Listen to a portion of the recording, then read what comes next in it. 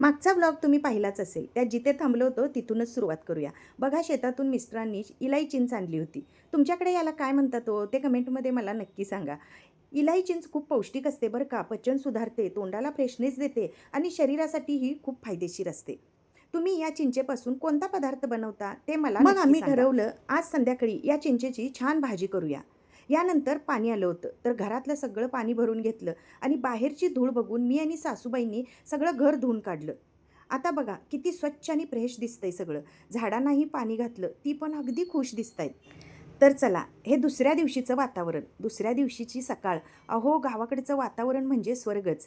थंड हवा, पक्ष्यांचा आवाज आणि शांतता. मन अगदी प्रसन्न होतं. घरासमोरच शाळा असल्यामुळं सकाळी लवकर उठून मी स्वयंपाक केला होता. तर मी सगळं आवरून, जेवण करून आम्ही परतीच्या प्रवासाला निघालो.